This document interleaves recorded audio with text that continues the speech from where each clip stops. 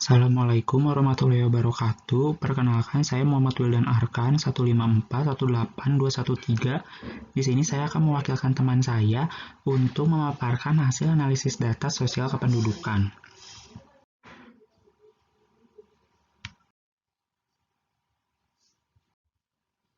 Sasaran 1, mengidentifikasi karakteristik kependudukan.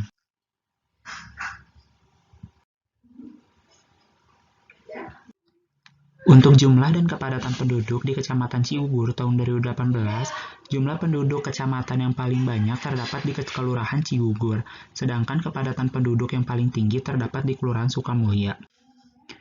Berikut didapatkan jumlah maksimal jiwa per wilayah di Kecamatan Ciugur yang didapat dari luas wilayah lindung dibagi dengan 9 meter persegi, di mana 9 meter persegi itu adalah standar kebutuhan lahan per satu orang. Berikut merupakan perkembangan populasi Kecamatan Ciugur yang mengalami naik turun yang signifikan pada tahun 2018 ke 2019. Terjadi kenaikan populasi yang tinggi. Berikut adalah peta kepadatan penduduk dan peta persebaran jumlah penduduk. Untuk seks rasio dari populasi sendiri, menurut jenis kelamin, dengan proporsi laki-laki sebanyak 51,3% dengan seks rasio 105. Berdasarkan hasil kuesioner, mayoritas jenis kelamin laki-laki dengan proporsi 50,5% dan seks rasio 101. Untuk piramida penduduk sendiri berbentuk ekspansif, berakibat ada jumlah penduduk produktifnya yang lebih banyak dibandingkan non-produktif. Pemerintah Kecamatan Ciugur dapat memanfaatkan peluang demografi ini agar memaksimalkan produktivitas wilayah Kecamatan Ciugur. Untuk proporsi agama dan keyakinan paling didominasi oleh agama Islam. Untuk angka kelahiran sendiri paling tinggi di Kelurahan Ciugur. Untuk angka kematian pula paling tinggi di Kelurahan Ciugur. Untuk rasio ketergantungan yang tertinggi ada di Desa Cipari dengan rasio 55. Angka migrasi masuk dan migrasi keluar di Kecamatan Ciugur dari tahun 2011 hingga 2018 mengalami naik turun, dan pada tahun 2018 mengalami penurunan yang cukup besar. Untuk alasan pindah sendiri ke Kecamatan Ciugur itu 61,36 karena menikah, 13,63 karena bekerja, dan sisanya sekolah dan alasan beragam.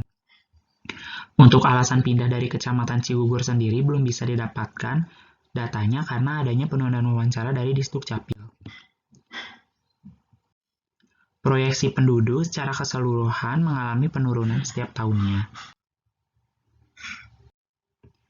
Angka IPM di Kecamatan Ciugur dari tahun 2010 hingga 2015 mengalami peningkatan setiap tahunnya.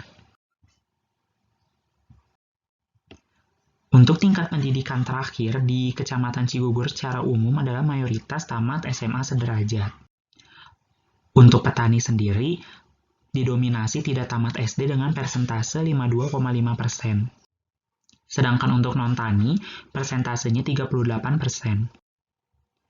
Dan untuk rata-rata lama sekolah mengalami kenaikan setiap tahunnya di Kecamatan Ciugur.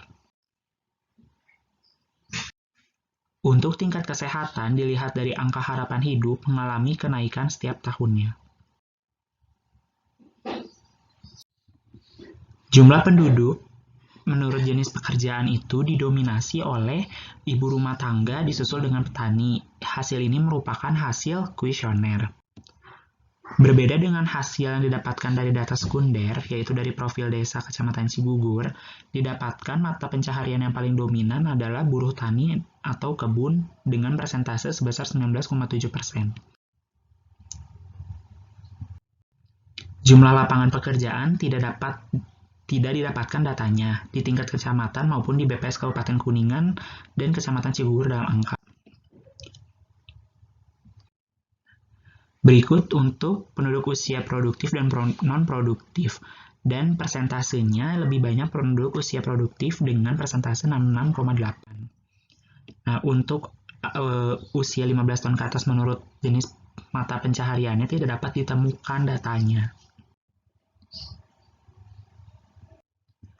Untuk tingkat partisipasi, kami tidak mendapatkan data pengangguran di Kecamatan Cigugur, sehingga TPAK dan TPT tidak dapat dianalisis lebih lanjut. Untuk kesejahteraan sendiri dilihat dari garis kemiskinan penduduk Indonesia. Untuk kemiskinan penduduk tani sendiri didominasi berada di atas garis kemiskinan sebesar 71,2. Dan untuk penduduk non-tani yang di atas garis kemiskinan sebanyak 76,4%. Sasaran 2 mengidentifikasi karakteristik sosial.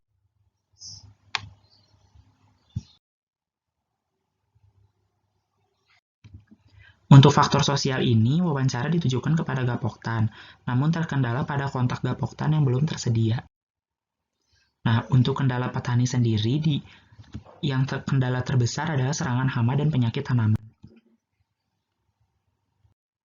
Untuk pendapat masyarakat sendiri, kami mewawancari tokoh masyarakat dan mendapatkan tokoh masyarakat dari 3 desa, yaitu Desa Cisantana, Gunung Keling, dan Windu Herang. Dari ketiga desa tersebut, masing-masing tokoh berpendapat bahwa konservasi merupakan upaya memelihara dan melestarikan SDA yang ada. Masing-masing tokoh masyarakat memiliki pandangan yang positif terkait dijadikannya Kecamatan Cigugur sebagai kawasan konservasi.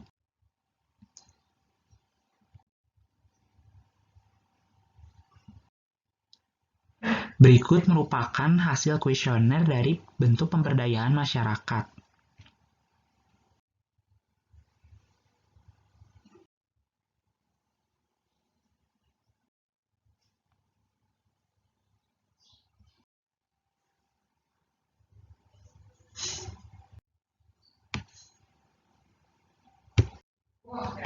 Program pemberdayaan masyarakat yang ada berasal dari pemerintah, swasta, dan masyarakat.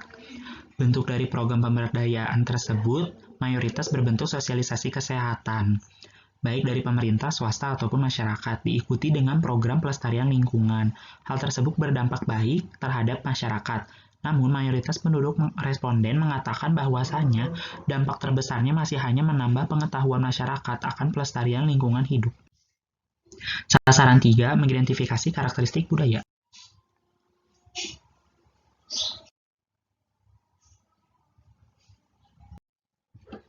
Untuk bentuk kegiatan sendiri, kita melihat dari apakah masyarakat ada atau tidaknya kegiatan perlindungan alam. Dari hasil survei menggunakan kuesioner didapatkan 91,3% responden yang didapat mengatakan terdapat kegiatan masyarakat yang mendukung konservasi di Kecamatan Cigugur.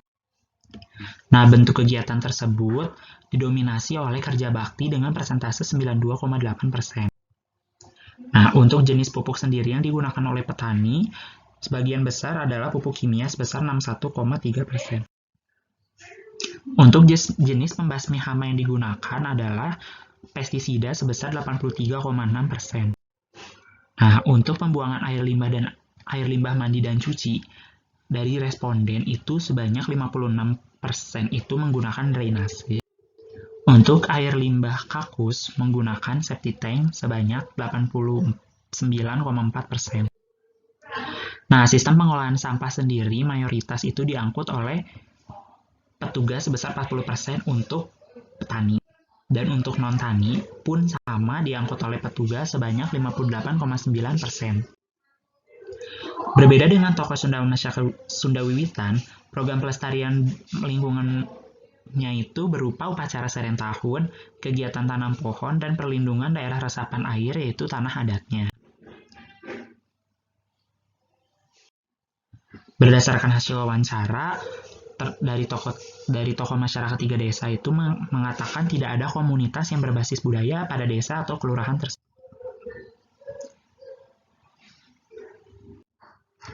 Berdasarkan hasil wawancara dengan Disporapar, produk budaya yang ada di Kecamatan Cigugur ada 2, yakni Paseban Tripanca Tunggal dan Taman Purbakala Cipari.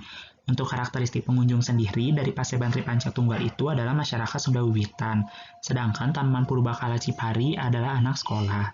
Daya tariknya sendiri dari Paseban Tripanca Tunggal adalah adat istiadat Sunda secara turun-temurun dari nenek moyang. Dan untuk Taman Purbakala Cipari adalah artefak peninggalan prasejarah. Nah, peran diaspora PAR di sini adalah pemasaran. Nah, kedua produk budaya tersebut masih jarang dikunjungi oleh wisatawan karena daya tariknya hanya untuk sebagian orang. Berdasarkan hasil wawancara, di setiap desa atau kelurahan tersebut memiliki nilai-nilai budaya yaitu gotong royong dan kerja bakti. Untuk Sunda Wiwitan sendiri, keseharian dan kebiasaan masyarakatnya itu sudah diajarkan sangat berlandaskan pelestarian alam. Mindsetnya pun bukan berorientasi pada kebutuhan manusia, tapi keutuhan alam semesta itu sendiri. Hal tersebut dikarenakan konsep manusia, lingkungan, Tuhan bukan entitas yang berbeda-beda, tapi satu dan saling berkaitan. Mungkin sekian untuk presentasi dari analisis data sosok hari ini. Terima kasih. Maaf apabila ada kesalahan.